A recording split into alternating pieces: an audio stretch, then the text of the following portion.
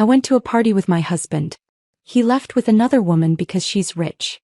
He tossed his car keys at me and laughed, "Find your own way home." The next morning his phone wouldn't stop ringing, his mistress was crying, and he stood frozen at the door, realizing something he never expected. For 15 years I told myself that marriage requires compromise. That not every slight deserves confrontation. That maintaining peace is more important than defending pride. I told myself these things while my husband gradually erased me from his professional life, introduced me as someone who does bookkeeping instead of someone who runs a successful consulting practice, and spent our children's college fund on hotel rooms with a woman whose family owned half of Connecticut. I am Catherine Brennan, 42 years old, and I am very good at lying to myself when the truth is too uncomfortable to face. Before we continue, I want to thank you for joining me in sharing these stories of dignity reclaimed and justice served. If you believe that betrayal deserves accountability, please consider subscribing. It helps us reach more people who need to hear this. Now let's see how this unfolds. My specialty is financial restructuring for small businesses on the brink of collapse. Companies hire me when their revenue statements do not match their bank balances, when money disappears into gaps they cannot explain, when they suspect someone is stealing but lack proof. I analyze their books with surgical precision, identifying exactly where funds are being diverted and why their financial structure no longer supports their operations. I am excellent at this work because I understand how people hide theft behind legitimate-looking transactions, how they exploit trust to create plausible deniability, how they convince themselves that what they are doing is not really wrong if nobody notices. The irony is almost funny.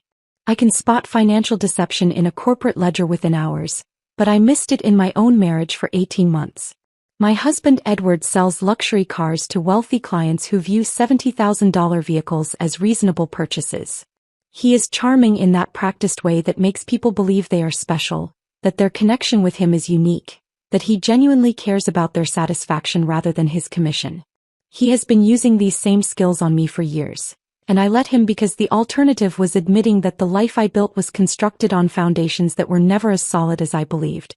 Thursday evening he walked into my office and told me I needed to attend his dealership's anniversary gala on Saturday. After 3 years of excluding me from his professional world, this sudden requirement should have triggered every alarm system in my body. It did trigger them. I just ignored the warnings because I had become very skilled at pretending everything was fine. 2 days later, I stood in a parking lot at midnight holding car keys my husband had thrown at my chest, watching him drive away with another woman, and I finally stopped lying to myself about what my marriage had become. But I am getting ahead of myself. To understand how I ended up in that parking lot, you need to understand what I was before that moment. You need to see the life I convinced myself was worth protecting, even as it slowly poisoned everything I touched. My home in suburban Connecticut looks like it belongs in a design magazine. White picket fence that Edward insisted on installing 5 years ago because successful people have white picket fences. Hydrangeas that bloom reliably every spring because I researched the correct soil composition and fertilization schedule and followed the instructions with the same precision I apply to balance sheets. Interior walls painted in fashionable neutral tones that Edward selected to impress the colleagues he occasionally brought home for cocktails before he stopped bringing anyone home at all. Everything curated. Everything intentional. Everything designed to project an image of stability and achievement that had nothing to do with the reality happening inside those carefully painted walls. Our daughter Olivia is 14, brilliant in that quiet way that often gets overlooked in a world that rewards volume over substance. She watches everything with dark eyes that miss nothing, absorbing information and drawing conclusions she keeps locked behind a careful mask of teenage indifference. 2 months ago she asked me why Dad does not eat dinner with us anymore. I gave her the standard explanation about his demanding work schedule, about important clients who required evening attention, about how successful people sometimes have to sacrifice family time for professional obligations. She looked at me with an expression that was far too knowing for a 14-year-old and said nothing, which somehow felt worse than if she had challenged my lies directly. Her silence was judgment. Her silence was understanding that I was protecting a fiction neither of us believed anymore. Our son James is 11, still open and affectionate in ways that boys his age are beginning to outgrow under social pressure to appear tough and unbothered. He hugs me when he comes home from school and tells me about his day with enthusiastic detail about lunch trades and playground politics and the chapter book his teacher is reading aloud during quiet time. 3 weeks ago he asked why Mom and Dad do not laugh together like his friend Mason's parents do. I told him that adults just get quieter as they get older, that it is normal and nothing to worry about, that love changes shape over time but remains steady underneath the surface changes. The words tasted like poison in my mouth even as I spoke them. My parents have been married 47 years and still hold hands when they walk through the grocery store. They still finish each other's sentences and share private jokes and look at each other like they are seeing something precious that nobody else can fully appreciate. I know what a real partnership looks like. I know what enduring affection feels like when it is genuine rather than performed. And I know with absolute certainty that what Edward and I have is not that and has not been that for longer than I want to calculate. But admitting that truth meant acknowledging that I had wasted 15 years building something that was already crumbling beneath me. It meant accepting that I had been so focused on maintaining the appearance of success that I had ignored the structural failures threatening to collapse everything. It meant facing the reality that I had become exactly like the failing businesses I consult for, the ones that keep operating long past the point when any reasonable analysis would recommend closure, the ones that cling to past success while ignoring present disaster. The shift in Edward's behavior happened so gradually that I could convince myself I was imagining the changes. 3 years ago he stopped inviting me to dealership events. He claimed I made his colleagues uncomfortable with my direct questions about sales practices and commission structures, that the luxury automotive world required a social fluency I simply did not possess, that my tendency toward blunt communication clashed with the subtle dance of high-end sales. I accepted this explanation because it aligned with how I saw myself. I am more comfortable with spreadsheets than cocktail parties. I am more at home analyzing financial statements than navigating small talk about golf handicaps and vacation homes in the Hamptons. I do not enjoy the performance of wealth and status that seems to dominate Edward's professional world. But acceptance of his explanation became acceptance of my exclusion, and exclusion became invisibility. Edward began staying late at work multiple nights each week, always with plausible explanations about difficult clients or important deals that required extra attention. He started dressing better, wearing cologne I had not purchased for him, checking his phone with increasing frequency and decreasing transparency. When I asked about his day, his answers became vague and dismissive, as though the details of his life were too complicated or too important for me to understand.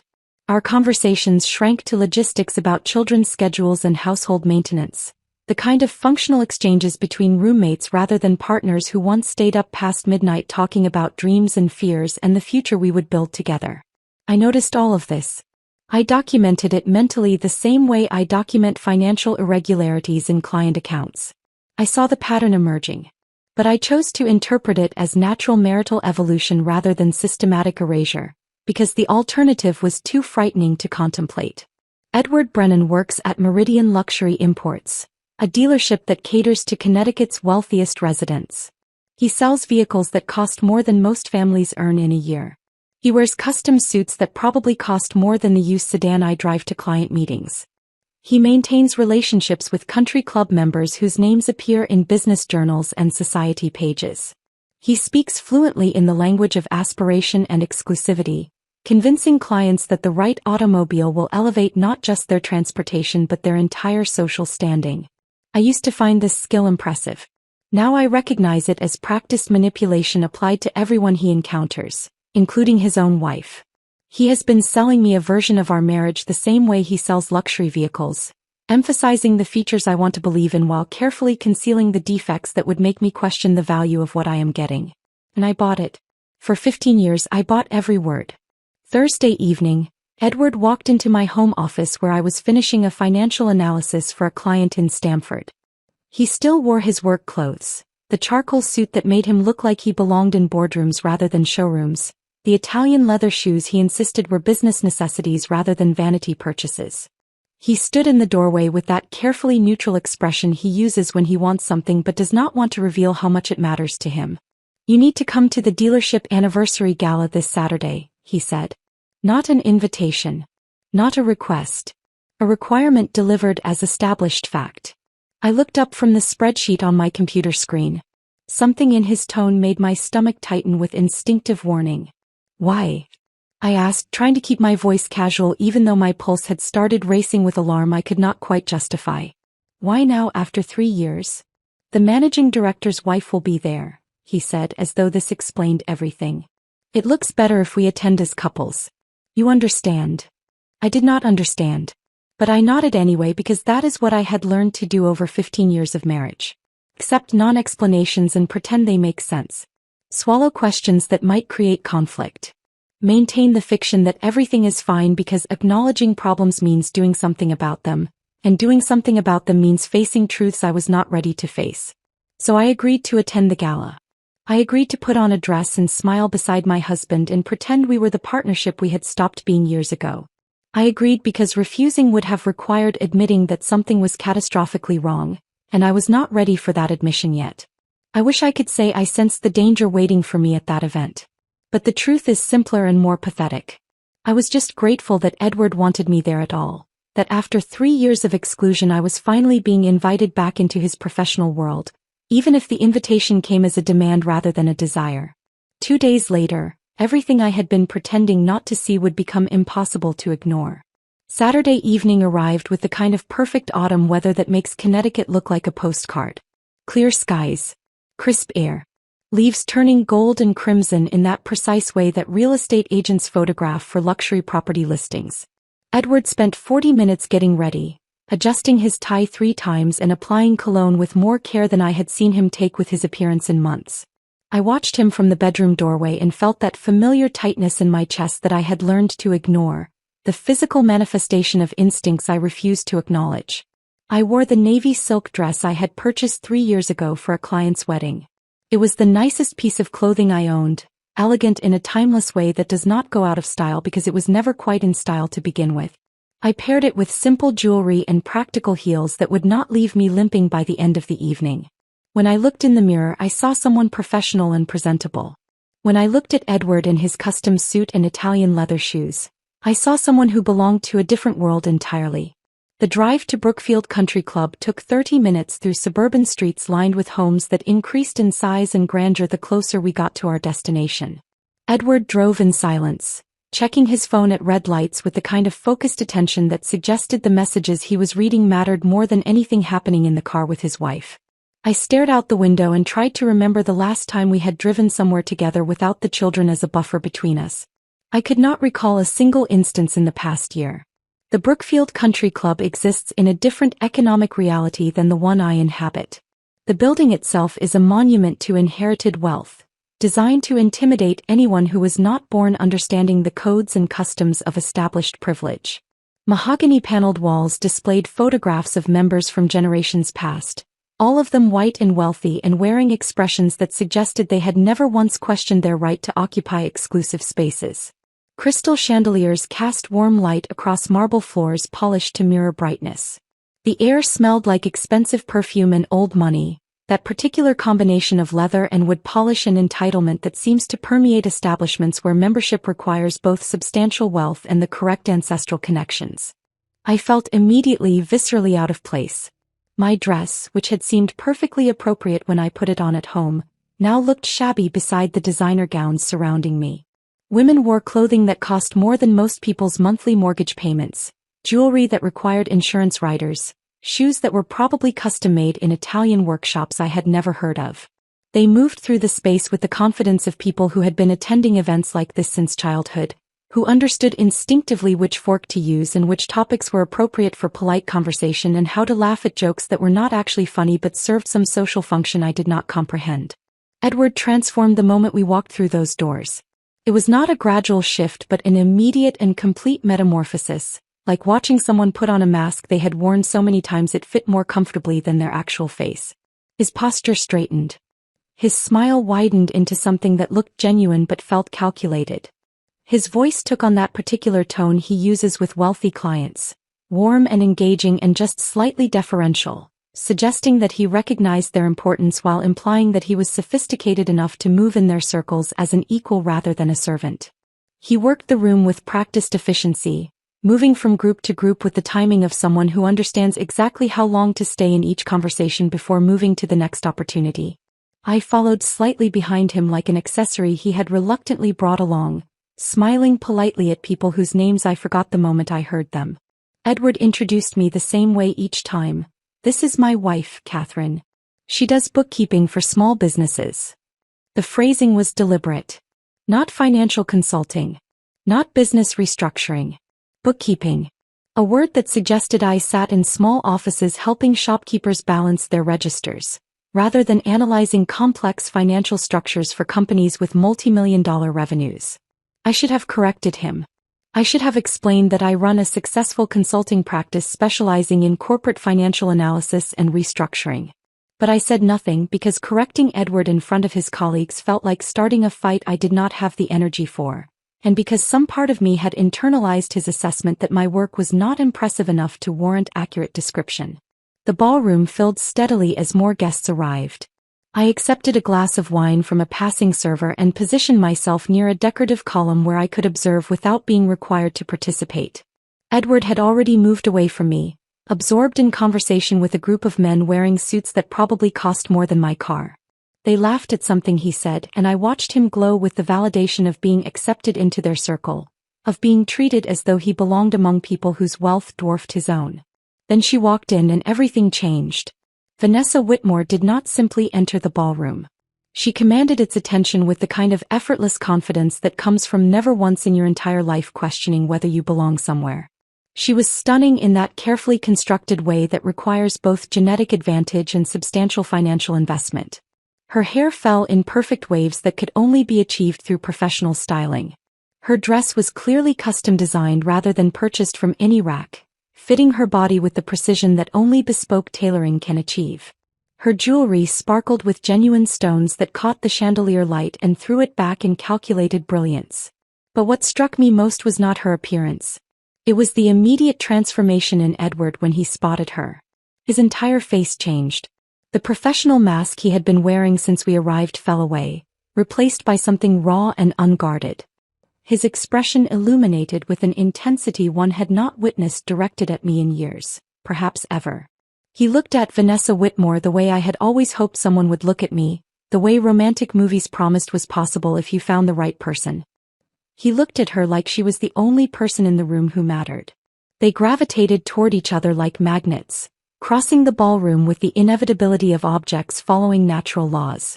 When they met, Vanessa placed her hand on Edward's arm with casual intimacy, and he leaned close to hear something she said in a voice too low for anyone else to catch. They laughed together, and it was the kind of genuine laughter that comes from shared understanding rather than social obligation. I stood by my decorative column and watched my husband fall into conversation with another woman as though I did not exist. As though the past 15 years had never happened. As though our 2 children and our mortgage and our shared history were irrelevant details that could be dismissed when something more interesting appeared. Edward eventually remembered I existed and brought Vanessa over for introductions. "This is Catherine," he said, gesturing toward me with the same enthusiasm he might use when pointing out a piece of furniture. "Not my wife Catherine. Not Catherine Brennan, who runs a successful consulting practice. Just Catherine, as though I were a distant acquaintance rather than the woman he had been married to for 15 years. "Lovely to meet you," Vanessa said with a smile that did not reach her eyes. Her hand was still on Edward's arm, and I noticed she wore a bracelet that probably cost more than everything I owned combined. I learned through fragments of overheard conversations over the next hour that Vanessa Whitmore represented generational wealth that dwarfed even the substantial fortunes present in that room. Her family owned Whitmore Development Corporation, a real estate empire spanning the entire Northeast Corridor. She was recently divorced from her second husband, apparently seeking diversions, and had developed an interest in luxury vehicles that brought her frequently to Meridian Imports, where Edward served as her personal sales consultant. Personal sales consultant. The phrase echoed in my head with implications I was not quite ready to examine. The evening deteriorated from there with the slow inevitability of a car accident you can see coming but cannot prevent. Edward and Vanessa disappeared together twice, each absence carefully staged to appear innocent but fooling absolutely no one who was paying attention. The first time, Edward claimed they needed to discuss specifications for her new vehicle order and would step out to the terrace where they could talk without the ballroom noise. They were gone 25 minutes. When they returned, Vanessa's lipstick was slightly smudged, and Edward's tie had been loosened in a way that suggested hands other than his own had been involved in its adjustment. The second disappearance happened near the bar. Edward said something about getting fresh drinks, and Vanessa laughed and said she would help him carry them back. This should have taken 3 minutes. It took 20. I stood alone near my decorative column, nursing the same glass of wine I had been holding for an hour, pretending I did not notice the pitying glances from other wives or the whispered conversations that stopped abruptly when I moved within earshot. One woman looked at me with genuine sympathy before her husband quickly guided her away, clearly unwilling to become involved in someone else's marital drama. I later learned her name was Margaret Ashford, and she would play an unexpected role in what came next, but in that moment she was just another witness to my public humiliation. The evening had taken on a surreal quality, as though I were watching someone else's life fall apart from a great distance. I observed with strange clinical detachment how thoroughly and publicly my husband was displaying his preference for another woman. I considered leaving. I could call a car service. I could simply walk out of this ballroom and never look back. But some stubborn part of me refused to give Edward that satisfaction, refused to slink away like I had done something wrong, refused to let him rewrite this narrative as though I were the problem rather than the victim. So I stayed. I stood by my column and watched my marriage end in real time while crystal chandeliers sparkled overhead and waiters circulated with expensive hors d'oeuvres and everyone pretended not to notice what was happening. At 11 o'clock, as the event was concluding and guests began gathering coats and saying goodbyes, Edward approached me with Vanessa beside him. His expression carried a mixture of excitement and something else I could not immediately identify. Perhaps guilt. Perhaps triumph. Perhaps simple indifference to how this moment might affect the woman he had promised to love and honor 15 years ago. He reached into his pocket, pulled out his car keys and tossed them at me with casual dismissiveness. They hit my chest before I caught them reflexively. The metal was cold and heavy against my palms. "Find your own way home," Edward said. His voice was deliberately loud enough that several nearby couples turned to observe this public rejection. Vanessa's offering to show me her new estate in Greenwich. "Could be important for business, you understand." He smiled, but it was not directed at me. It was for the benefit of whoever might be watching, a performance of confidence and power, a demonstration that he had found something better and I was no longer necessary. Vanessa laughed. The sound was crystalline and cruel. "I'm sure you can manage, Catherine. You're very capable with practical matters." Her hand was already on Edward's arm in a gesture of possession rather than casual touch. They turned and walked away together toward the parking lot exit. Edward did not look back. Not once. The parking lot suddenly felt enormous and empty despite being filled with expensive vehicles.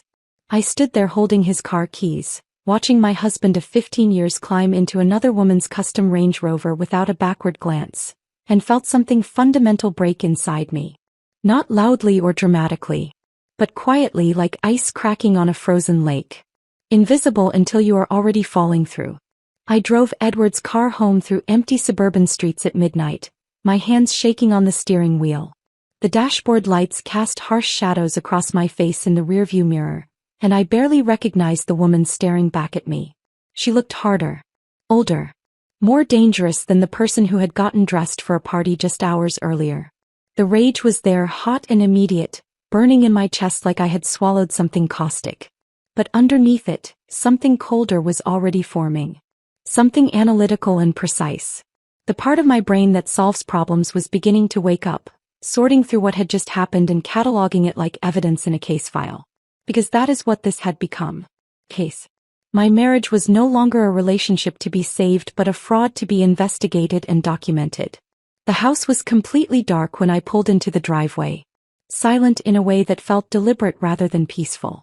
I sat in the car for a full minute before I could make myself go inside, staring at the white picket fence Edward had insisted we install 5 years ago because successful people have white picket fences. The hydrangeas I had planted and fertilized and watered with careful precision. The exterior paint I had selected from dozens of samples to achieve exactly the right shade of welcoming warmth. All of it suddenly looked like a set.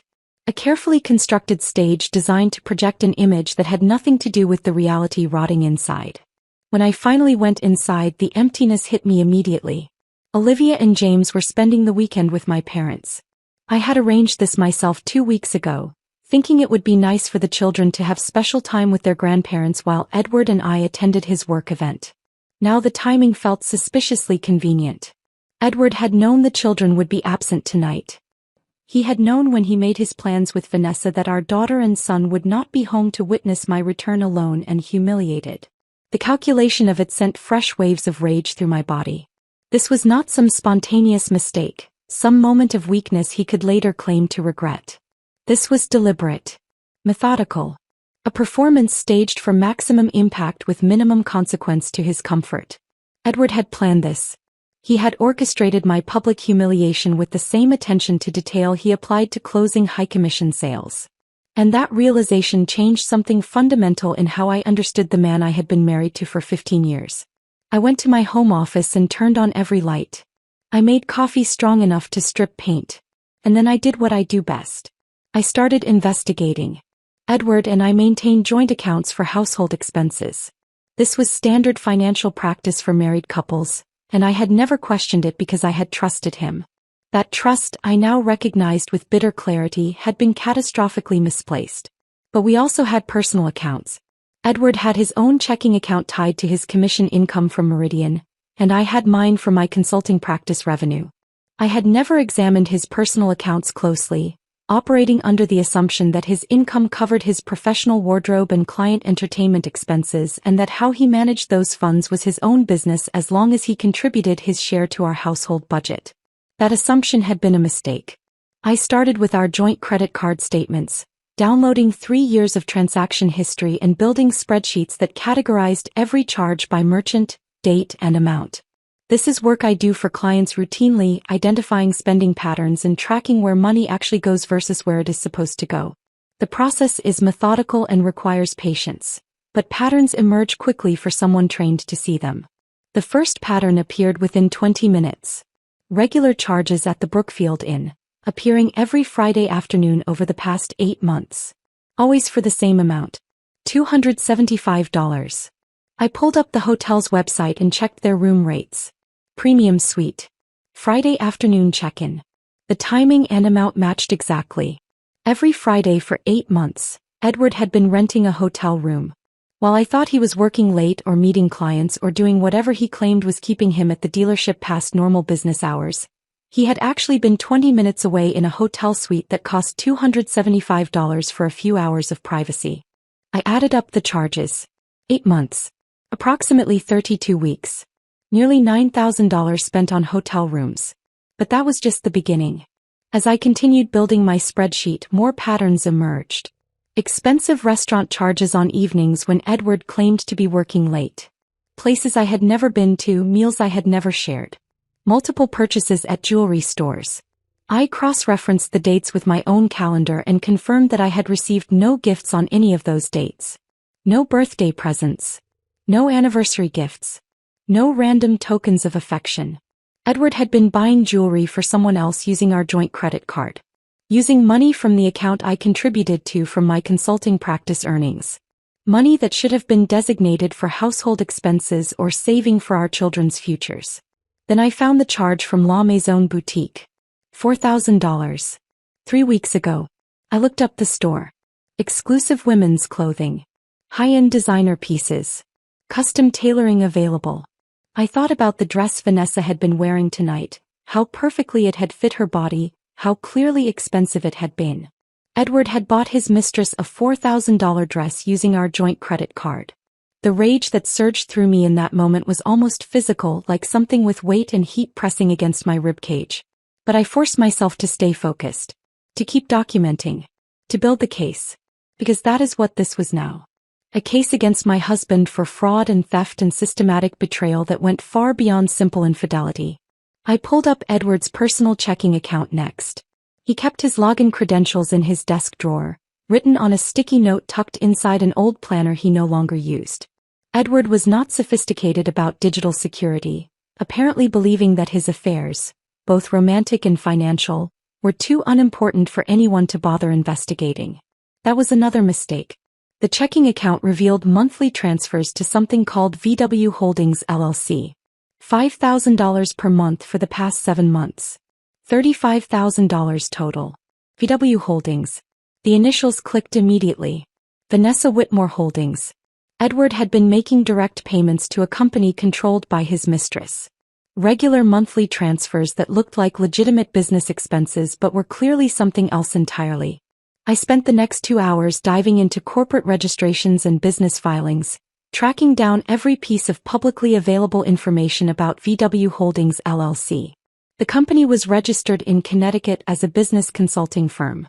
Principal officer listed as Vanessa Whitmore.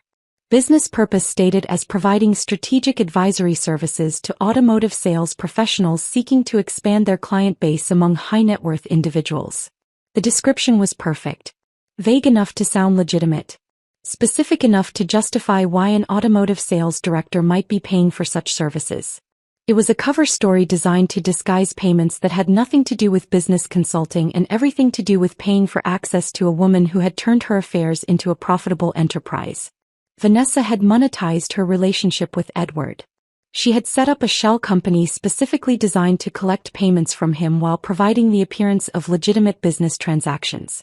And Edward had been sufficiently besotted, or perhaps sufficiently desperate to maintain access to her wealth and social connections, that he had willingly bankrupted our household finances to fund this arrangement. The professional quality of the con was almost impressive. If it had not been destroying my family, I might have admired the sophistication of it. But I was not finished investigating. I pulled our savings account statements next, and what I found made my hands start shaking again. The account I had been steadily contributing to for the past 8 years, carefully building a financial cushion for emergencies and our children's future education, had been systematically drained. Edward had been making withdrawals. Large ones. 5,000 here. 7,000 there. 10,000 in a single transaction just last month. I cross-referenced the withdrawal dates with the transfers to VW Holdings. They matched perfectly. Edward had been pulling money from our family savings to make his monthly payments to Vanessa's company. Our children's college fund. The money I had sacrificed and saved and carefully invested. Gone. Transferred to a shell company owned by a woman who viewed my husband as nothing more than a mark in an elaborate financial scam. But the discovery that made my blood run cold came when I found the mortgage documents in our filing cabinet. I had been looking for our original mortgage paperwork to verify something, and I found a second set of documents I had never seen before. A home equity line of credit. $25,000 borrowed against our home 6 months ago. This type of borrowing requires spousal consent. Both names on the property title must sign. I looked at the signature page and saw my name written in handwriting that was close to mine but not quite right. I pulled out other documents with my actual signature. Tax returns. Legal papers from my business incorporation. The deed to our house from when we first purchased it 15 years ago. I laid them side by side and compared. The forgery was obvious once I knew to look for it. The signature on the mortgage documents was slightly too large. The loop on the capital C was wrong. The slant did not quite match my natural handwriting. Someone had practiced writing my name and had gotten close enough to fool a loan officer who had no reason to question it, but not close enough to fool me when I looked carefully. Edward had forged my signature on legal documents to take out a loan against our home without my knowledge or consent. That was not just betrayal. That was fraud. Criminal fraud that could have legal consequences beyond divorce proceedings. I sat back in my office chair and stared at the documents spread across my desk. Bank statements. Credit card records. Corporate filings. Mortgage papers. Together they told a comprehensive story of systematic financial betrayal spanning at least 18 months, possibly longer. Edward had transferred approximately $180,000 to his mistress and her shell company. He had drained our savings account. He had liquidated investments designated for our children's education. He had taken out an illegal second mortgage on our home using forged documents. And he had done all of this while maintaining the fiction that he was the primary breadwinner, while minimizing my contributions to our household, while introducing me as someone who does bookkeeping rather than someone who runs a successful financial consulting practice. The sky was starting to lighten outside my office window. I had been awake all night building spreadsheets and tracking money trails and assembling evidence. My coffee had gone cold hours ago. My eyes burned from staring at computer screens and printed documents. But I had what I needed. A complete financial picture of Edward's betrayal. Documentation that could not be disputed or explained away. Evidence that would stand up in court when I filed for divorce and demanded accountability for what he had done. Edward had thrown his car keys at my chest and told me to find my own way home. He had walked away with another woman without a backward glance, confident that I would accept this humiliation and quietly disappear from his life without causing problems. He had made a catastrophic miscalculation, because I had found my way home. And now I was going to systematically dismantle everything he thought he had built with Vanessa Whitmore, using his own documented crimes as weapons against him. At 7 in the morning my phone rang. I had not slept. I was still sitting at my desk surrounded by printed bank statements and spreadsheets, my eyes burning from hours of staring at financial documents, my coffee long since gone cold. The caller ID showed Edward's number. I let it ring 3 times before answering, forcing myself to take slow breaths and compose my voice into something that sounded calm, neutral. As though I had not just spent the entire night documenting his systematic theft from our family. Catherine, I need you to transfer $50,000 from your business account to my personal checking today, Edward said without preamble. No greeting. No apology for throwing car keys at my chest in a parking lot full of witnesses. No acknowledgement that he had abandoned me at a public event and spent the night with another woman. Just a demand for money, delivered as though requesting this amount was equivalent to asking me to pick up groceries. It's urgent, he continued when I did not respond immediately. Business opportunity that can't wait. The audacity of it was so staggering that I almost laughed.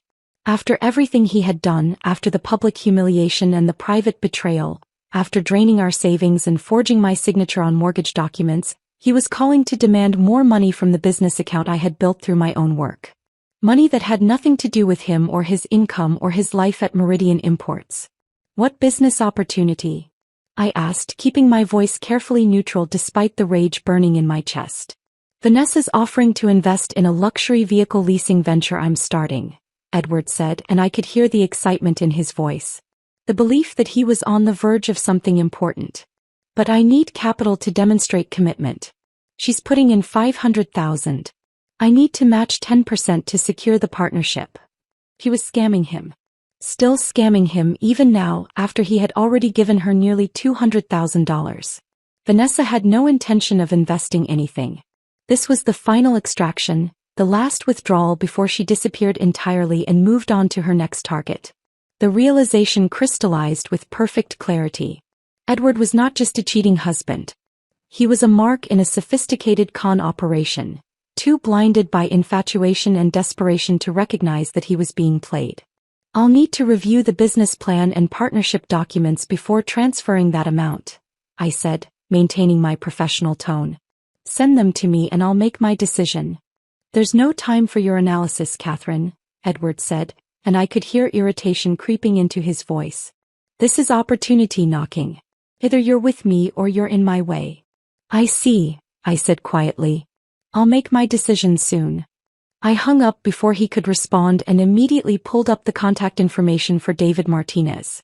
David was an attorney who specialized in marital fraud and asset protection. He had been a client of mine 2 years earlier when his small practice faced financial difficulties that threatened to destroy everything he had built. I had analyzed his books, identified where money was being wasted, restructured his billing practices, and helped him implement systems that turned his struggling firm into a profitable operation. He had told me at the time that if I ever needed legal help he would return the favor. I called his cell phone at 7:15 in the morning. He answered on the third ring, his voice still rough with sleep. David Martinez. David, this is Catherine Brennan. I need help.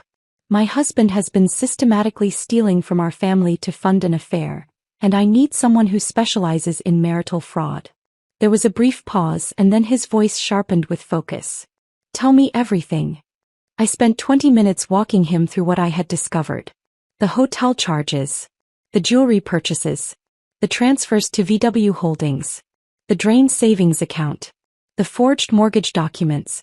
David listened without interrupting and I could hear him typing notes as I spoke.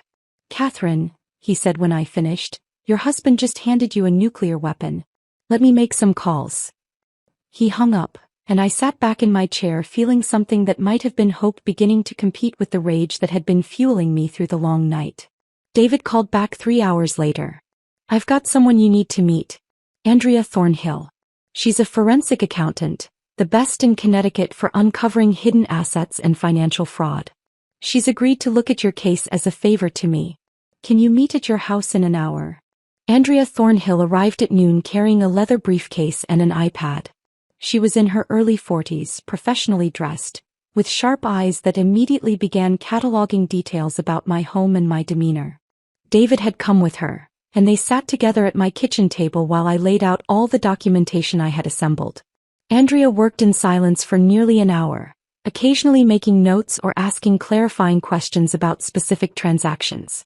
David watched her with the expression of someone who has seen this process before and knows to wait patiently for the expert analysis. Finally, Andrea looked up from the documents spread across my table. Her expression had shifted from professional interest to something approaching genuine outrage. This is one of the most comprehensive patterns of marital financial fraud I've encountered in 15 years of practice, she said. Your husband has systematically depleted marital assets, committed forgery to obtain illegal loans, and transferred substantial sums to what appears to be a shell company. Any one of these actions would be sufficient grounds for favorable divorce terms. Together, they represent potential criminal fraud. She paused, tapping one finger against a printout of the VW Holdings corporate registration. But there's something else here, Andrea continued. These payments to VW Holdings, the amounts, the regularity, the business consulting cover story. I've seen this exact pattern before. Twice, actually, in cases I worked over the past 2 years. Different victims but the same company name. The same principal officer listed. Vanessa Whitmore, I said. Yes. I think your husband's mistress is running a serial con operation targeting married men with disposable income. And if that's true, there will be other victims. Other men making payments to the same shell company under the same false pretenses. Andrea opened her iPad and began searching through databases I did not have access to, her fingers moving quickly across the screen. David and I watched in silence as she worked. Here, Andrea said after several minutes. VW Holdings LLC has received payments from multiple sources over the past 2 years. I can see at least 3 other individuals making regular transfers. All of them connected to Meridian Luxury Imports based on the account information I can access. She looked up at me with an expression that was part sympathy and part professional excitement at uncovering a complex fraud scheme. Your husband is not special to Vanessa Whitmore. He's one of several marks she's been running this scam on simultaneously. She targets middle-aged men in high-commission sales roles. Men with access to significant income but without the generational wealth she possesses. Men who are susceptible to flattery from someone they perceive as unattainable. She initiates affairs, gradually introduces investment opportunities that require capital contributions, and extracts maximum value before disappearing. Andrea turned her iPad so I could see the screen showing corporate tax filings for VW Holdings. But here's the critical mistake she made. VW Holdings has been generating substantial revenue without filing appropriate tax returns. She's not declaring these payments as income. That's tax evasion, and the amounts involved are significant enough to trigger serious IRS penalties. She pulled up a calculator and started running numbers. Based on what I can see, Vanessa Whitmore owes approximately $250,000 in back taxes on unreported income, not including penalties and interest that will likely double that amount. And the evidence is thoroughly documented in bank records and corporate filings. David leaned forward. Can we use this? Absolutely, Andrea said. We file for divorce with comprehensive financial exhibits. But we also file a civil fraud lawsuit against Vanessa Whitmore and VW Holdings, naming Edward as a co-plaintiff despite his involvement. We argue that he was a victim of deliberate financial fraud. And we forward all documentation to the IRS showing unreported income from her shell company. She looked at me directly. Catherine, we can potentially recover a substantial portion of the money your husband transferred. We can demonstrate to the divorce court that you are pursuing legitimate legal remedies rather than acting vindicatively. And we can ensure that Vanessa Whitmore faces consequences for running a systematic fraud operation. How long will this take? I asked. I'll need 48 hours to complete my investigation and compile a comprehensive report, Andrea said. David can file the legal paperwork by Monday morning. David nodded. The divorce filing will include detailed financial exhibits documenting Edward's fraudulent mortgage, unauthorized depletion of marital assets, and payments to Vanessa's company. The civil fraud lawsuit will demand full return of all transferred funds plus damages. And the IRS documentation will trigger an audit that will scrutinize Vanessa's entire financial structure. He paused, meeting my eyes. Once we set this in motion, there's no going back. Your husband will know you've discovered everything. Vanessa will know she's been exposed. This will get ugly. It's already ugly, I said. They made it ugly when they threw car keys at me in a parking lot and drove away together. I'm just documenting the ugliness they created. Andrea began packing up her materials. I'll have the report to David by Sunday evening. He'll file everything Monday morning. After they left, I sat alone in my kitchen and felt something shift inside me. The rage was still there, hot and immediate. But underneath it, something colder and more focused had taken root. Edward and Vanessa had underestimated me. They had assumed I would accept humiliation quietly and disappear without causing problems. They were about to learn exactly how wrong that assumption had been. Monday morning, David filed the paperwork. Divorce petition with comprehensive financial exhibits.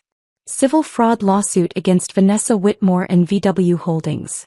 Documentation forwarded to the IRS showing systematic underreporting of income.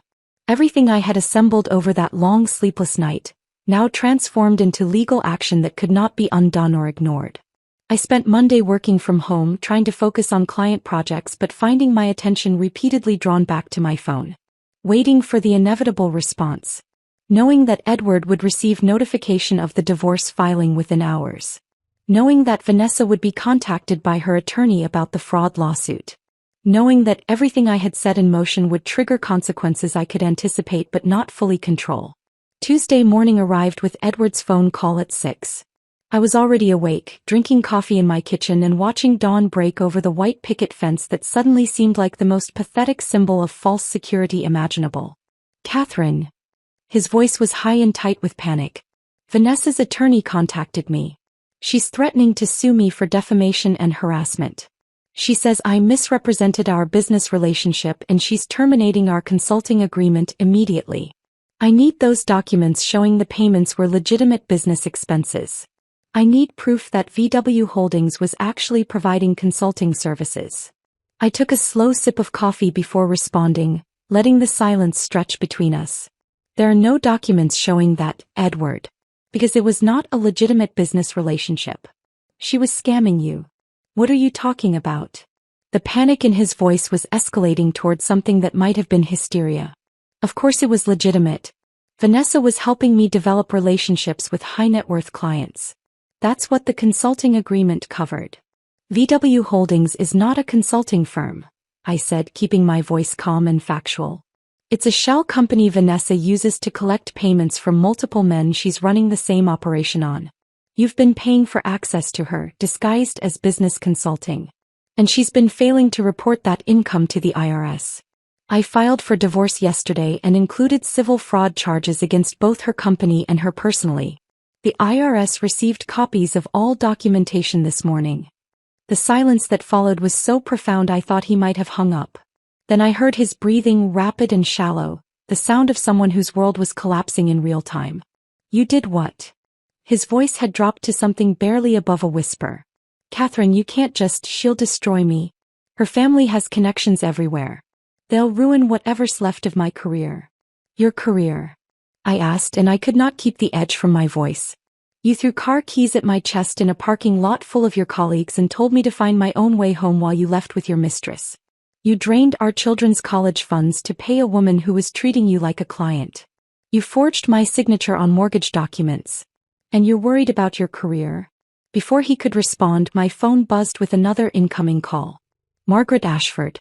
The woman who had looked at me with sympathy at the gala while her husband quickly guided her away from my public humiliation. Edward, I have another call, I said and disconnected without waiting for his reply. Catherine, this is Margaret Ashford. We met briefly on Saturday evening. I remember. Thank you for calling.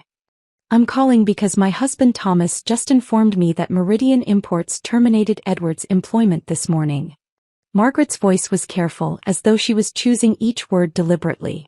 Apparently someone sent the dealership ownership detailed documentation of Edward's relationship with a client, including evidence that he was accepting payments from that client in exchange for providing her with confidential information about other dealership customers' financial situations and purchase patterns. That's grounds for immediate termination under his employment contract. I had not sent that information to Meridian, which meant someone else had. Someone who knew about Edward's relationship with Vanessa and had been waiting for the right moment to act. I appreciate you letting me know, I said. Catherine, there's something else. Margaret paused, and I could hear her taking a breath as though preparing to share something difficult. Vanessa Whitmore contacted my husband this morning in a complete panic. Apparently her family's attorneys have informed her that the IRS documentation you filed has triggered an audit not just of VW Holdings but of Whitmore Development Corporation's entire financial structure. Her father is reportedly furious. He's cut off her access to family funds until the situation is resolved. The Whitmore family is very protective of their reputation and very concerned about their own tax exposure. The information settled over me with a weight that felt almost physical.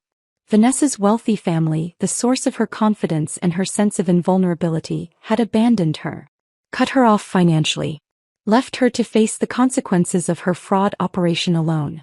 She's asking Thomas if he knows any way to make the lawsuit go away, Margaret continued. She's offering to return some of the money if you'll agree to drop the charges and the IRS notification. My husband told her he couldn't help with that and suggested she speak with her attorney. Thank you for telling me this, Margaret. Catherine, you should also know that several of us wives have been comparing notes since Saturday evening. Vanessa's done this before to other families. What you're doing by pursuing legal action is protecting people who might otherwise become her next victims. Don't let anyone tell you this is vindictive or excessive. It's appropriate accountability for documented fraud. After Margaret hung up, I sat in my kitchen holding my cooling coffee and feeling something that might have been vindication beginning to compete with the exhaustion that had been accumulating since Saturday night. Wednesday evening, Edward appeared at our home. I watched through the window as he parked his car in the driveway and sat there for several minutes before finally getting out and walking to the front door. When I opened it, I barely recognized the man standing on my porch. He had aged visibly in just 4 days. Dark circles under his eyes suggested he had not been sleeping. His clothes were wrinkled and mismatched, his hair uncombed, his usual meticulous grooming completely abandoned. His characteristic confidence had been replaced by something that looked like desperation mixed with genuine fear. Catherine, please. We need to talk about this reasonably. I made mistakes, but filing lawsuits and involving the IRS is vindictive. Think about the children. I stepped aside and let him in, but I did not invite him to sit. We stood in the entryway like strangers rather than people who had shared a home for 15 years. I am thinking about the children, Edward. I'm thinking about how you liquidated their college fund to pay your mistress. I'm thinking about how you put our home at risk with an illegal second mortgage. I'm thinking about how you publicly humiliated their mother in front of your colleagues. Everything I'm doing now is protecting them from the consequences of your choices. Vanessa said this was all a misunderstanding. She claims the payments were legitimate consulting fees for business development advice. I walked to the kitchen and retrieved the folder of documentation Andrea had assembled. I laid it out on the dining room table where Edward could see it. Bank statements showing payments to VW Holdings. Corporate filings proving it was a shell company. Email records Andrea had obtained through legal discovery showing communications with 3 other men who had paid Vanessa under identical circumstances. James Morrison from your finance department, I said, pointing to one set of documents. Kevin Chong from Fleet Sales. Robert Sullivan, who retired last year. All of them made payments to VW Holdings LLC. All of them had affairs with Vanessa. All of them thought they were investing in business opportunities that never materialized. You weren't special, Edward. You were just the latest mark in a pattern she's been running for years. He stared at the documents, his hands trembling as he picked up pages and set them down again. She told me I was different. That we had something real. She told you that because it was effective, I said. You wanted to believe you had captured the attention of someone wealthy and beautiful, so you ignored every warning sign that you were being exploited. You wanted access to her world badly enough that you bankrupted our family to pay for it. Edward looked up at me, and for the first time I saw genuine recognition in his eyes. Not remorse exactly, he was not self-aware enough for genuine remorse, but at least acknowledgement that he had been thoroughly deceived. "What happens now?" he asked quietly. "Now you move out of this house. You cooperate fully with the divorce proceedings. You find new employment. And you hope the judge shows mercy when determining child support, because based on current income calculations, you're going to struggle to make those payments. Where am I supposed to go? I genuinely do not care, Edward. Perhaps you should call Vanessa and ask if her Greenwich estate has a spare room. Though I suspect she's not taking your calls anymore." He left that evening with 2 suitcases, loading them into his car while I watched from the window. The same car I had driven home Saturday night. The keys he had thrown at me still sat in my desk drawer, kept as evidence for the divorce proceedings. After he left, I sat alone in the kitchen and realized I could no longer protect our children from the truth.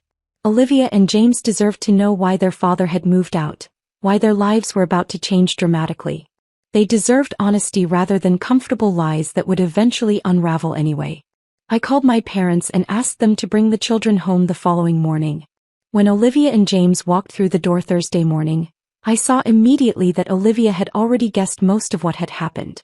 Her expression was guarded, protective of her younger brother who looked confused about being brought home early.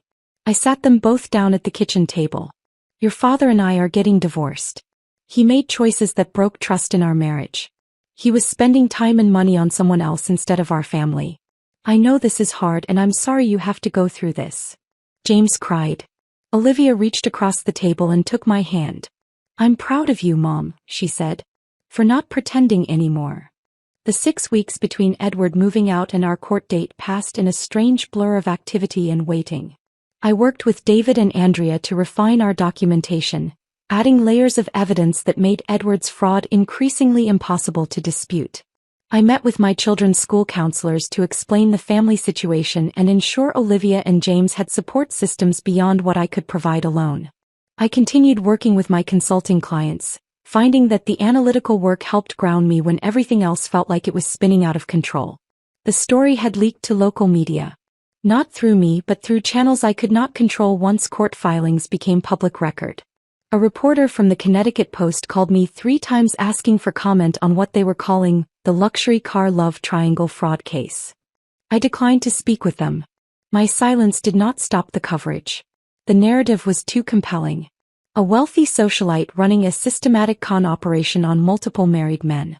A shell company disguised as business consulting. Nearly $1 million in unreported income. Federal prosecutors reportedly considering wire fraud charges. Edward's life had collapsed with remarkable speed. Terminated from Meridian Imports. Unable to find comparable employment in the luxury automotive industry because word traveled fast in that insular community. Living in a studio apartment 40 minutes away that he could barely afford on unemployment benefits.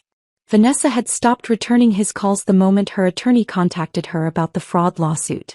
The business opportunity Edward had been so excited about, the one he had demanded $50,000 from my business account to invest in, had evaporated completely. The divorce hearing was scheduled for a Thursday morning in late October. The courthouse was smaller than I had anticipated, less imposing than the courtrooms shown on television but no less consequential. The building itself was old, built in an era when government architecture was meant to project stability and permanence rather than modern efficiency. High ceilings. Wooden benches worn smooth by generations of people waiting for their cases to be called. The smell of old paper and floor polish and the anxious sweat of people whose lives were being decided by judges they had never met. Judge Marianne Sheffield presided over family court matters in this district. David had briefed me extensively on her background and reputation. 58 years old. On the bench for 19 years. Former prosecutor who had handled financial crimes before being appointed to the judiciary. Known for having zero tolerance for any form of financial fraud within marriages. David said she had never once, in nearly 2 decades of presiding over divorce cases, awarded favorable terms to a spouse who had committed documented financial betrayal. Her rulings were thorough, well-reasoned, and consistently upheld on appeal because she was meticulous about following legal procedure while delivering justice that felt appropriate to the circumstances. Edward sat at the defendant's table with a public defender who looked barely old enough to have graduated law school. Edward could no longer afford private representation. The young attorney kept glancing at the thick folders of documentation David had submitted to the court, and I could see in his expression that he knew his client was indefensible. He was here because the system required Edward to have legal representation, not because there was any realistic argument to be made in Edward's favor. Judge Sheffield entered and we all stood. She was exactly as David had described. Steel gray hair cut in a practical style that required minimal maintenance. No jewelry except for simple earrings and a watch. Reading glasses hanging from a chain around her neck. The expression of someone who had heard every excuse and lie and desperate rationalization that people could produce when their marriages fell apart and found none of them particularly novel or compelling. "Please be seated," she said, and her voice carried the kind of authority that made you want to sit up straighter and pay attention. "We are here for the divorce proceedings of Brennan versus Brennan. I have reviewed all submitted documentation. Counsel, you may proceed." Edward's public defender stood and made his argument. He claimed Edward had been a victim of manipulation by a sophisticated con artist. That Edward had already suffered significant consequences including job loss and public humiliation. That the court should show compassion for a man who had been deceived and avoid punishing him further by stripping him of marital assets. That Edward deserved the opportunity to rebuild his life without being financially destroyed by divorce terms that seemed vindictive rather than fair. Judge Sheffield listened without interrupting. Her expression revealed nothing. When the public defender finished and sat down, she turned to David. "Mr. Martinez, your response." David stood and approached the bench with the calm confidence of someone who knew he held every advantage. He provided Judge Sheffield with the comprehensive documentation Andrea had assembled. Complete financial records showing systematic depletion of marital assets over 18 months. Bank statements proving Edward had drained savings accounts and liquidated investment funds without my knowledge or consent. The fraudulent second mortgage with forged signatures that Andrea's analysis had proven were not authentic. Records of payments to VW Holdings totaling nearly $200,000. Evidence that I had been the family's primary source of stable income throughout our marriage while Edward's commission-based earnings fluctuated wildly based on market conditions and his personal sales performance. David also presented written testimony from Margaret Ashford and 2 other women whose husbands had been targeted by Vanessa Whitmore. Their statements described identical patterns of behavior. Affairs that began with flattery and attention from a woman who seemed impossibly out of reach. Gradual introductions of investment opportunities that required substantial capital contributions. Promises of business partnerships and access to wealthy social circles. And eventually, the revelation that they had been systematically deceived and financially exploited. "Your Honor," David concluded, "Mr. Brennan did not simply commit infidelity, which would itself constitute grounds for favorable divorce terms for my client. He systematically defrauded his own family by liquidating assets without spousal consent, forging legal documents to obtain loans against property he did not solely own, and prioritizing payments to his mistress over his children's welfare and education. He threw car keys at his wife's chest in a parking lot full of witnesses and told her to find her own way home while he left with another woman. He publicly humiliated the mother of his children. And he did all of this while positioning himself as the family breadwinner despite the documented evidence that Mrs. Brennan's consulting income provided the stable financial foundation that supported their household throughout their marriage." Judge Sheffield had been reading through the documentation while David spoke. Now she looked up, removed her reading glasses, and fixed Edward with a stare that could have frozen water. "Mr. Brennan, I have been on this bench for 19 years. In that time, I have presided over hundreds of divorce cases involving infidelity, financial disputes, and contested custody arrangements. I have seen marriages destroyed by addiction, by abuse, by fundamental incompatibility, and by simple neglect accumulated over years of failing to maintain partnership. But I have rarely encountered such comprehensive and deliberate financial betrayal within a marriage as what is documented in the evidence before me." She paused and I watched Edward physically shrink in his chair. His shoulders curved inward. His head dropped slightly. He looked like he wanted to disappear through the floor. "You did not simply have an affair," Judge Sheffield continued. "You destroyed your family's financial security to fund that affair. You forged your wife's signature on mortgage documents, which is not merely grounds for divorce but constitutes potential criminal fraud that could result in prosecution if Mrs. Brennan chose to pursue that option. You liquidated your children's education funds without consent or discussion. You systematically drained savings accounts that your wife had contributed to and built through her own professional labor. And you did all of this while maintaining the fiction that you were the primary financial provider for your household, when the documented evidence shows that Mrs. Brennan's consulting practice provided consistent and stable income while your commission-based earnings fluctuated significantly. Judge Sheffield put her reading glasses back on and looked down at her notes. The court awards Mrs. Catherine Brennan full ownership of the marital home, with Mr. Brennan's name to be removed from all property documents and title transferred solely to Mrs. Brennan. All remaining marital assets, including vehicles currently titled in either spouse's name and all investment accounts, are awarded to Mrs. Brennan. Mr. Brennan will be responsible for repaying the fraudulent second mortgage in full through a payment plan to be established with the lending institution. Child support is set at 30% of Mr. Brennan's gross monthly income, to be paid directly to Mrs. Brennan on the first of each month.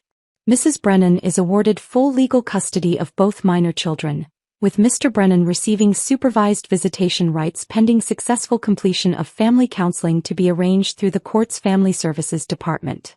Edward's attorney started to stand, perhaps to object, but Judge Sheffield held up one hand. I am not finished.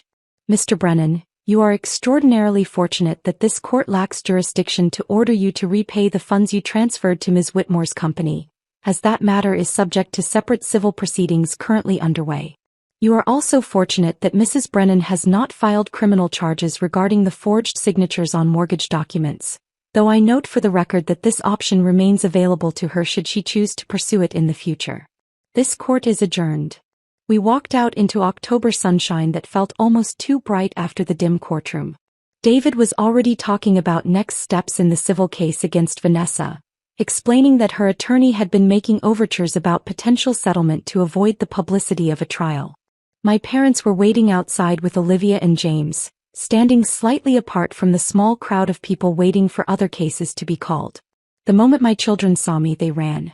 James reached me first, crashing into me with the full force of an 11-year-old who had been worried about his mother. Olivia was more measured but no less urgent, wrapping her arms around both of us. Is it over? Olivia asked, her voice muffled against my shoulder. It's over, I said. And we're going to be okay. James pulled back slightly to look at my face. I'm glad we don't have to pretend anymore. I realized in that moment that my children had understood far more than I had given them credit for. They had been watching their parents' marriage slowly disintegrate. They had sensed the tension and dishonesty even when I thought I was hiding it successfully. And they had been waiting for someone to finally acknowledge the truth they already knew. 2 weeks after walking out of that courthouse with my children, my phone rang with a call from a number I did not recognize. I almost let it go to voicemail. I had been fielding calls from reporters and curious acquaintances since the divorce became public, and I had learned to screen carefully. But something made me answer. Mrs. Brennan? My name is Linda Foster. I got your number from Margaret Ashford. I hope you don't mind me calling directly, but I need help and Margaret said you might understand my situation better than anyone else. Her voice carried a tremor that I recognized immediately. The sound of someone whose world had just collapsed and who was trying desperately to hold herself together long enough to ask for help. Tell me what's happening, I said. Over the next 40 minutes, Linda described a situation that felt uncomfortably familiar. A husband who traveled frequently for work. Credit card charges that did not make sense. Money disappearing from their savings account with explanations that became increasingly vague. A business investment he claimed would transform their financial future but required immediate capital she was supposed to trust him about without asking too many questions. Margaret told me what you did, Linda said. How you investigated your husband's finances and found evidence of fraud. I need someone who can do that for me. I need someone who understands what I'm going through and won't tell me I'm being paranoid or controlling. I spent 3 days analyzing Linda's financial records. What I found was not identical to Edward's betrayal but followed similar patterns. Her husband had been funding an online gambling addiction for 7 years, taking out loans in her name without her knowledge, forging her signature on credit applications, and systematically draining their retirement accounts to cover losses that totaled nearly $80,000. Linda filed for divorce the following week, armed with documentation that made her husband's fraud impossible to dispute. She was not the only one who called. Within a month of the divorce hearing, I received inquiries from 3 other women, all of them referred by someone who knew someone who had heard about my case. Their situations varied. One woman's husband had been conducting an online relationship with someone he had never met in person, sending money for supposed emergencies that never seemed to end. Another had discovered her husband maintained a second family in a different state, supported entirely by funds he had diverted from their joint accounts. I helped all of them. I analyzed their financial records with the same ruthless precision I had applied to my own situation. I identified hidden accounts and fraudulent transfers and patterns of deception their husbands thought were too sophisticated to be discovered. I connected them with attorneys who understood marital fraud. I provided expert testimony when their cases went to court. The work was different from my corporate consulting practice. More personal. More emotionally intense. The clients were not faceless businesses but women whose lives had been systematically undermined by people they had trusted completely. But the work was also deeply satisfying in ways my previous projects had never been. I could see the direct impact of what I was doing. I could watch women who had been financially devastated begin to rebuild security and confidence.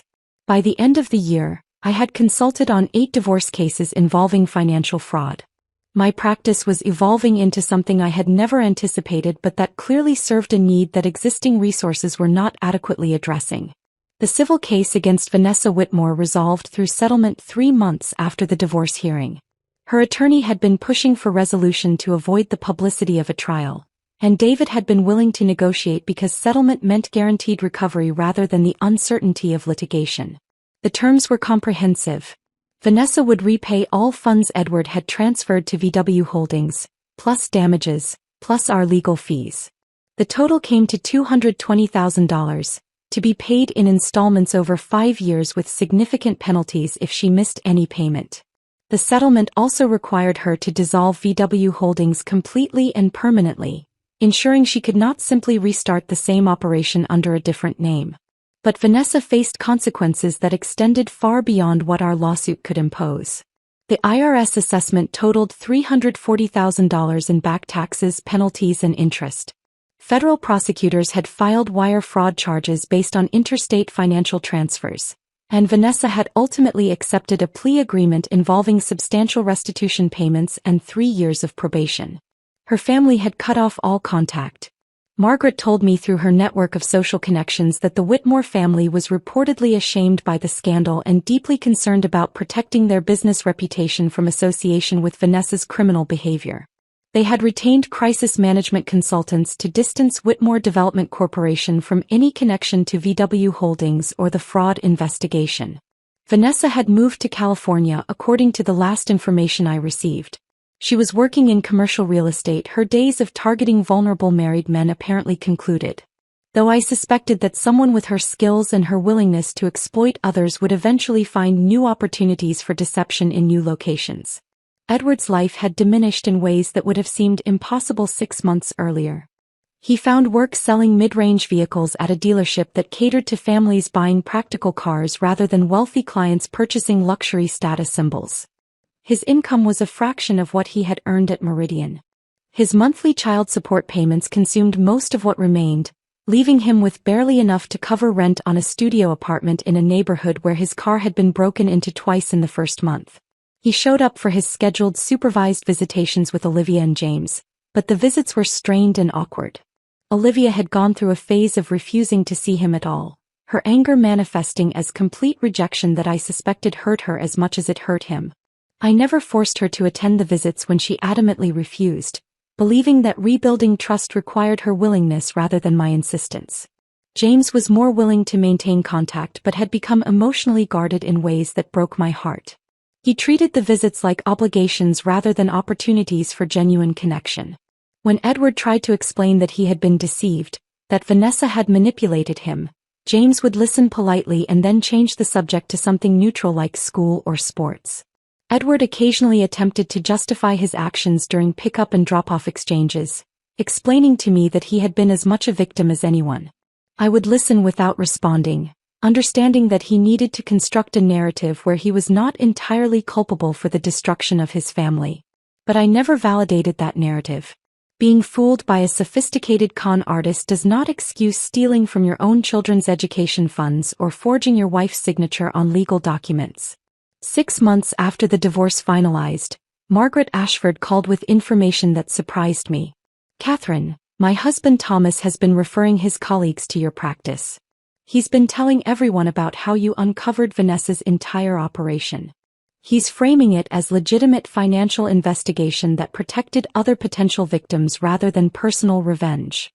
"That's unexpectedly generous of him," I said. Thomas was uncomfortable with what happened at the gala. He saw how Edward treated you in that parking lot and felt guilty that nobody intervened. This is his way of making amends, I think. Several of his colleagues have wives who need financial consulting for various situations. He's been specifically recommending you as someone who is both thorough and discreet. Margaret organized informal gatherings with other wives from the automotive dealership community. These were not pity meetings or awkward social obligations but genuine connections with women who understood the particular vulnerabilities that came with being married to men in high-pressure sales environments where appearance and status often mattered more than substance. At one of these gatherings, a woman named Patricia confided that her husband had been targeted by Vanessa years earlier. He had ended the relationship before any financial damage occurred, but Patricia had suspected there was a pattern of behavior that extended beyond just her husband. She had been waiting for someone to expose what she believed was systematic fraud. Another woman, whose name was Susan, shared that she had begun conducting her own quiet financial audit of her marriage after witnessing what happened to me. She had discovered that her husband had been hiding significant debt from failed business ventures, using joint credit cards to make minimum payments while the principal balances grew exponentially. These connections evolved into an informal network. Women who were experiencing financial concerns in their marriages would reach out, and the network would direct them toward resources and professionals who could help. Sometimes that meant my consulting services. Sometimes it meant other attorneys or forensic accountants or therapists who specialized in helping people navigate the emotional trauma of discovering systematic deception. I had not intended to create this network. I had not planned to become known as someone who specialized in uncovering marital financial fraud. But apparently the combination of my analytical expertise and my willingness to pursue accountability aggressively when evidence warranted it had created something that filled a genuine need. My consulting practice was transforming. I still worked with small businesses that needed financial restructuring, but increasingly my client base included women who needed someone who could look at their household finances with the same ruthless precision I applied to corporate balance sheets. The work was demanding. It required managing the emotional intensity of clients who were dealing with betrayal while maintaining the analytical detachment necessary to build legally defensible cases. But it was also the most meaningful work I had ever done. I was helping people rebuild their lives after discovering that the foundations they had trusted were never as solid as they believed. I understood that experience intimately, and perhaps that understanding made me better at the work than someone who had only studied financial fraud in academic settings without living through its personal devastation. 1 year after Edward threw his car keys at my chest and told me to find my own way home, I walked into a dealership and purchased a vehicle using money I had earned through my own expanded consulting practice. The transaction felt symbolic in ways I had not fully anticipated when I made the decision to replace the aging sedan I had been driving for the past 8 years. I deliberately chose something practical rather than impressive. A reliable SUV in dark blue with good safety ratings and enough space to transport my children and occasionally drive clients to site visits when circumstances required it. The salesman tried to upsell me to a luxury model with features I would never use, but I declined politely and purchased exactly what I needed without apology or explanation. The first time I drove my new vehicle, Olivia sat in the passenger seat scrolling through college brochures. She had been accepted to 3 universities and was trying to decide between programs that would let her study environmental policy and international relations. Her college fund had been fully restored through the settlement with Vanessa, actually growing larger than it would have been if Edward had never depleted it, thanks to investment returns over the period when the funds were being recovered and rebuilt. "Mom, look at this program at Georgetown," she said, turning her phone so I could glance at the screen while keeping my attention on the road. They have a joint degree in environmental science and policy that seems perfect. Georgetown is expensive, I said, though I was no longer worried about affording it. But if that is where you want to go, we will make it work. James sat in the back seat working on a math assignment, occasionally asking me questions about percentages and fractions that I answered while navigating familiar suburban streets. He seemed comfortable and content in ways he had not been during that final year of my marriage, when tension had filled our home like something toxic we all pretended not to notice. As I drove, I found myself thinking about Edward's command in that parking lot. Find your own way home. He had meant it as dismissal, as an assertion of power, as a demonstration that he had found something better and I was no longer necessary to his life. But in the year since that moment, I had indeed found my own way home. Not back to the marriage I had been trying to preserve, but forward to something I had built through my own competence and willingness to demand accountability. Home was not the physical house I had been awarded in the divorce, though I was grateful to have kept it for the stability it provided my children.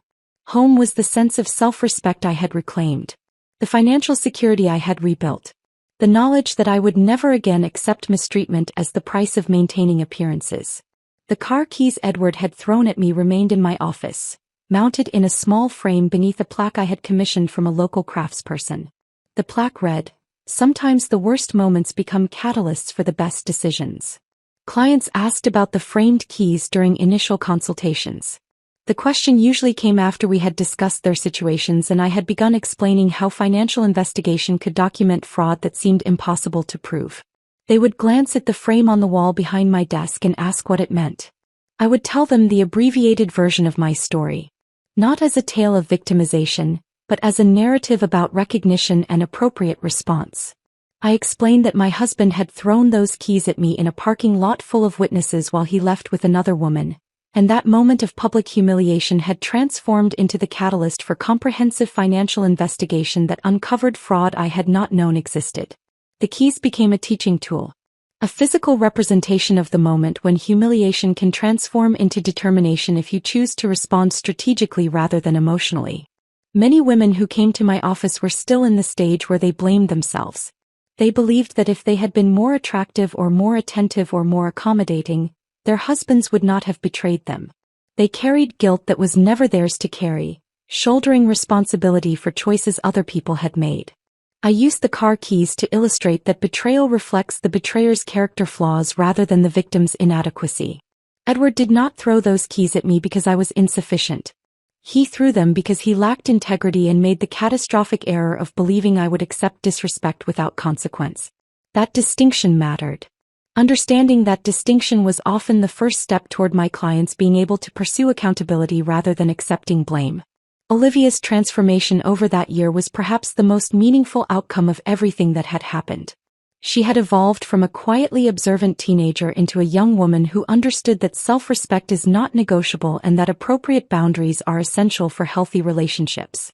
One evening in late summer, about 10 months after the divorce had finalized, Olivia came into my home office where I was reviewing financial statements for a new client.